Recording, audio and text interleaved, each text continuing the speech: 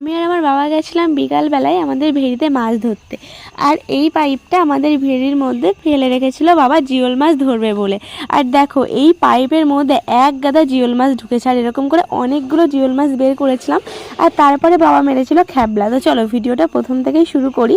আমি এসেছি আমার দাদুর বাড়িতে, দাদুর রেডিওটা দাদুদের বাড়িতে রয়ে গেছে, আর আমার দাদুর একটু শরীরটা খারাপ। আর আমার দাদু তো এখনও রেডিও শোনে, ওই পুরোনো দিনের মানুষ তো ওই জন্যে। তো দাদু বললো রেডিওটা নিয়ে আয়, তো নিয়ে আসতে গিয়ে বাবা বললো চল তাহলে কিছুটা মাছ ধরে আসি। আর এই যে এখন আমি এই আগান বাগান দিয়ে যাচ্ছি মাছ ধরতে।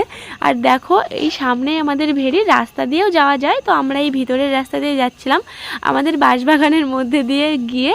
আর এই দেখো এই জমিতে এরকম হয়েছে মটরশুঁটি, তো এগুলো একটু তুলে খেলাম।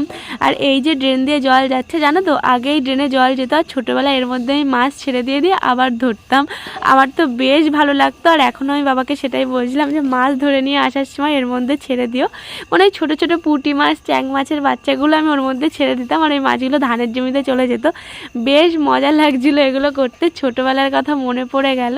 আর এখান থেকে আমি 2-3টে মটরশুঁটি আবার ছিঁড়ে খাচ্ছিলাম, মানে খেতে ভালো লাগে। আর এগুলো তো সেদ্ধ করে খেলে আরও বেশি ভালো লাগে। আর এই দেখো চলে এসেছে আমাদের ভেড়িতে। আর এই যে ভেড়ির আগের জমিতে আমাদের লাগিয়েছিল তিল, তো তিল এখনও ছোটো ছোটো, এখনও বড় হয়নি, বড় হলে তোমাদের সঙ্গে শেয়ার করব। আর এই দেখো এইদিকে আমাদের ধানের জমিতে ধানগুলো ভালো বড় হয়ে গেছে। আর এখন বাবা প্রথমে নেমে মাছদেরকে খেতে দিয়ে দিচ্ছে, আর এই জামা টামা খুলে রেখেছে, না হলে জলে ভিজে যায়। আর এই যে এই পাইপটা ছিল আমাদের ভেড়ির মধ্যে ফেলা, আর এটা বাবা তুলতে গিয়ে অনেকগুলো মাছ জলের মধ্যে পড়ে গেছে। আর কিছুটা এরকম ছিল যেগুলো ওই 4-5টার বেশি হবে, 6টা জিওল মাছ পেয়েছিলাম।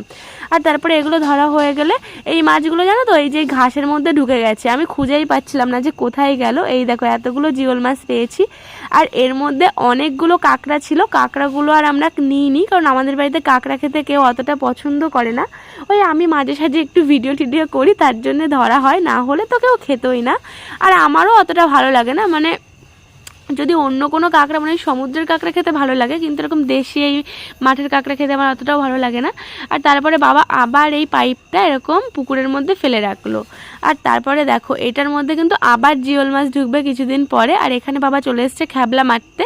আর এই দেখো মারবে, আমি তো ভেবেছি মানে এই মাছ কিছুটা উঠবে না, আর আগে খাবার দিয়ে রেখেছিলো, দেখছি খাবারগুলো এই জালের মধ্যে উঠে গেছে। আর দেখো এর মধ্যে কত মাছ উঠেছে, রুই মাছ, তারপরে অনেক রকমের মাছ উঠেছে, আমি ঠিক জানি না কী কী মাছের নাম, আমি অত জানি না। আমি তো মাছ দেখে খুব খুশি হয়ে গেছি, আমি এত জোরে চিৎকার করে উঠেছি, মাঠের সব লোক জড়ো হয়ে গেছে, ভাবছে কি না কি হলো। আর এই দেখো এই বড় মাছটা নিয়েছে, আর তার সঙ্গে যা অনেক মাছ ছিল, ছোটো ছোটো পুঁটি মাছ, এটা বাটা মাছটা বাবা ছেড়ে দিল, এখনও অনেক বড় হবে। আর এর মধ্যে অনেক রকমেরই মাছ ছিল।